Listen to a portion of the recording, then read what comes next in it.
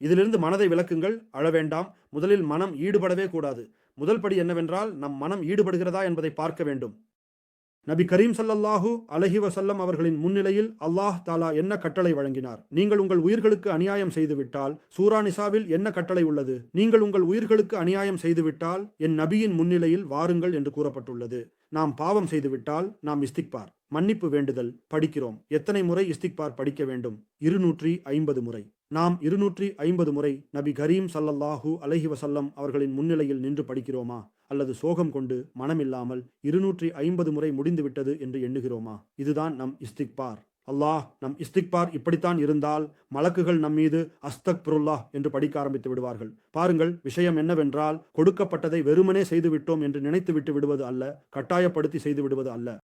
நாம் இஸ்திக்பார் படிக்க வேண்டும் என்றால், அல்லாஹ்விடம் தப்பா செய்ய வேண்டும் என்றால், தப்பாவின் முறையை அல்லாஹ் தாலா எப்படி கூறியுள்ளார்? நபியின் பார்காவில் சென்று நபியின் பார்காவில் எப்படி மனதில் செல்வது என்று சுப்ஹானல்லாஹ், மனதில் அந்த தோற்றம் வரவில்லை என்றாலும் உங்கள் இதயத்திற்கு நிச்சயமாக்குங்கள். அல்லாஹ்வின் நபி என் வார்த்தைகளை கேட்கிறார். சுப்ஹானல்லாஹ் சுப்ஹானல்லாஹ். ஏனெனில் ஹதீஸில் வருகிறது, ஒரு அடியாள் நபி கரீம் ஸல்லல்லாஹு அலைஹி வஸல்லம் அவர்களின் பார்காவில் சலாம் கூறும்போது நபி கரீம் ஸல்லல்லாஹு அலைஹி வஸல்லம் தாமாகவே பதில் அளிக்கிறார். சுப்ஹானல்லாஹ். ஹதீஸில் இது வருகிறது. மலக்குகள் நியமிக்கப்பட்டுள்ளனர். அவர்கள் எப்போதும் தேடுகிறார்கள் யார் சலாம் கூறுகிறார்கள், அந்த சலாமை எடுத்துச் சென்று நபியிடம் சேர்க்க வேண்டும் என்று. அவர்களின் வேலை இதுவே. பல மலக்குகளின் வேலை சலாமையும் தரூதையும் கொண்டு சென்று சேர்ப்பது. மலக்குகள் தரூதையும் சேர்க்கிறார்கள். மேலும் நபி கரீம் ஸல்லல்லாஹு அலைஹி வஸல்லம் சில அடியார்களின் தரூதையும் நேரடியாக கேட்கிறார்கள். அது அவர்களின் வேலை. சில அடியார்களின் தரூதையும் சலாமையும் நபி அவரே நேரடியாக கேட்கிறார்கள். மேலும் நமது செயல்கள் நபி கரீம் ஸல்லல்லாஹு அலைஹி வஸல்லம் அவர்களின் பார்காவில் சேர்க்கப்படுகின்றன.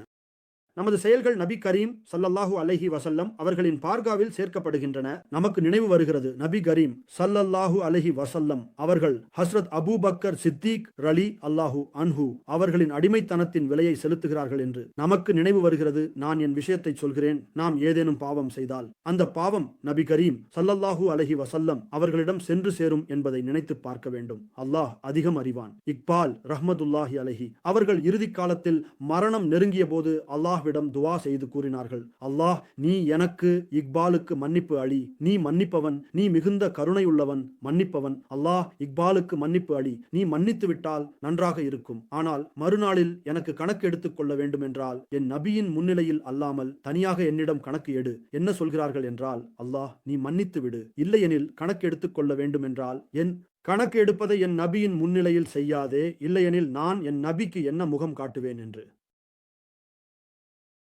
ஹஸ்ரத் அல்லாமா இக்பால் அஹ்மத் அலைஹிர் ரஹ்மா அவர்கள் வாழ்க்கையின் இறுதியில் அல்லாஹ்விடம் துவா செய்தார்கள். இதன் பொருள் நபி கரீம் ஸல்லல்லாஹு அலைஹி வஸல்லம் அவர்களுடன் உள்ள தொடர்பு இதுவே நம் இதய தொடர்பாக இருக்க வேண்டும். இதய தொடர்பு நீங்கினால் நாம் அமைதியற்றவர்களாகி விடுவோம். இதுவே இந்த குத்பாவின் முதன்மையான செய்தி. நாம் கேட்கும் போது அது அபூபக்கர் ரலியல்லாஹு தஆலா அன்ஹு அவர்களின் வழியாக நமக்கு வந்தது. நம் இதயம் அழ வேண்டும். நபி ஸல்லல்லாஹு அலைஹி வஸல்லம் அவர்களுக்காக நம் இதயம் அழ வேண்டும்.